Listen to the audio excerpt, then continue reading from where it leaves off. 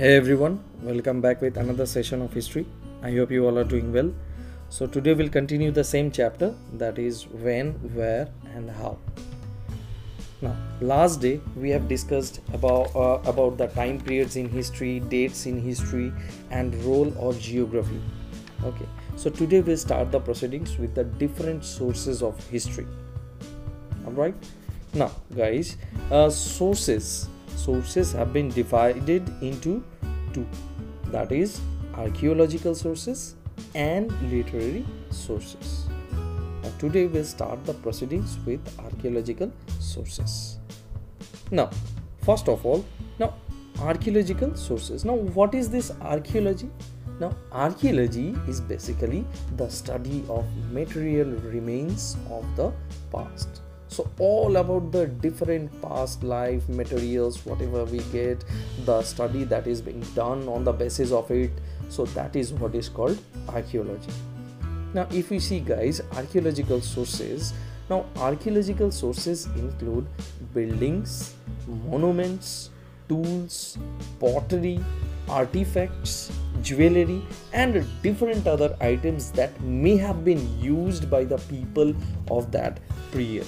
Now what's the meaning of these artifacts? Artifacts are basically the different objects, you can call it, made by the different human beings that were used in the past. Now for example, tools, different utensils, weapons, vessels, toys, jewelries, pots, all these things comes under artifacts. Alright, now if you see this, like some archaeological remains, they get buried in the ground. It's not that we get everything whenever we visit some different places. So most of them get buried in the ground.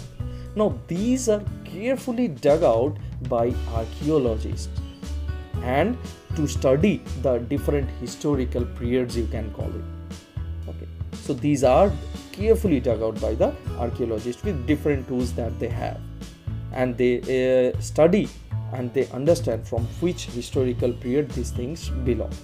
Now from everywhere we don't get all these things. Okay, now the particular places from where these remains are dug out, these are known as excavation site, or you can call them as archaeological site. Alright, these are called excavation site or archaeological site. Now it's like very important guys to note that the archaeological sources, these are physical and these are the direct sources of history, and therefore they cannot be altered or they cannot be changed. Alright, now as we are discussing about these archaeological sources, the first thing that comes up, that is the monuments and building ruins. Okay, now the remains of monuments and buildings, they provide a standing testimony of the period of study. Alright, there are numerous buildings of historical importance in India, such as temples, stupas, forts and palaces. Now testimony, that means like testimonies, that's account of first-hand experience, you can call it. So all the remains of the monuments and buildings, these are the ruins. Okay, all these what we get, they provide a standing testimony, that's like living example, you can call it, of that particular period from which they belong. Now like that, there are numerous buildings of historical importance, such as different temples, we have lots of stupas, forts, different palaces, which throw light on the different period, how the people were, what kind of sculptures they did, what kind of buildings they made. Okay, all these we get informations from there. Now all these monuments which are like built, these monuments they throw light on the social, economic, political and religious lives of people. Social, that means like what kind of things that they enjoyed among themselves. Okay, economic, what were how the assets, different assets were used by the people to earn money, to earn profit out of it. Political, you can call it, or how the decisions were made, how the agreements were done, how the meetings were conducted, all these things. And religious, of course, what kind of god they prefer, which deities they worship, and all these things. Okay, now these monuments also inform us about the period in which they were built. All these monuments, and it's not that all the monuments were built at a particular time. So in different period, different monuments and buildings were made. So all these monuments, we get information about that particular period in which time they were built, and also we get the scientific knowledge of the people, how the people looked, how the people were, everything about that particular period.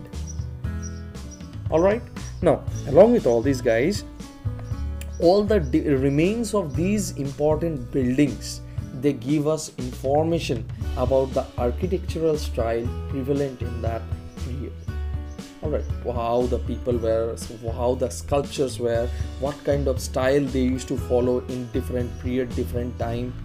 So we can understand all these things, what kind of architecture style in different period, different styles were like used, how the people were, how the people made, everything.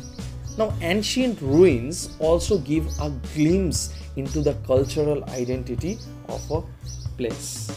So in different places, what kind of culture they followed. Now the question arises, like how like buildings and ruins like give us glimpse of all this. Now as you can see the picture, all these things were engraved on the walls of these temples and buildings, everything, as you can see here. All these drawings and everything used to be engraved on the walls of these buildings and all. So from there we understood, yes, these were the things, how the people used to lead their life, and what were their situations, and what kind of god they worship, everything. Now for example guys, the Ajanta Caves that we have in Aurangabad, Maharashtra, they are full of sculptures and paintings. Okay, as you can see the pictures here, they are full of sculptures and paintings.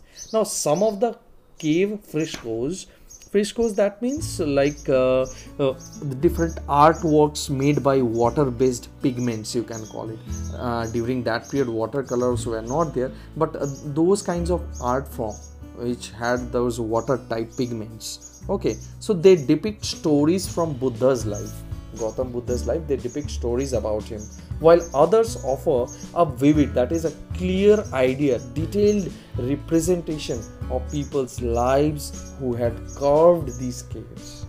So those people who made all these sculptures, who engraved it onto the walls, so their lives were also depicted on the walls of these Ajanta caves, so that one day people will come to know, yes, these were the peoples who did all these works over there.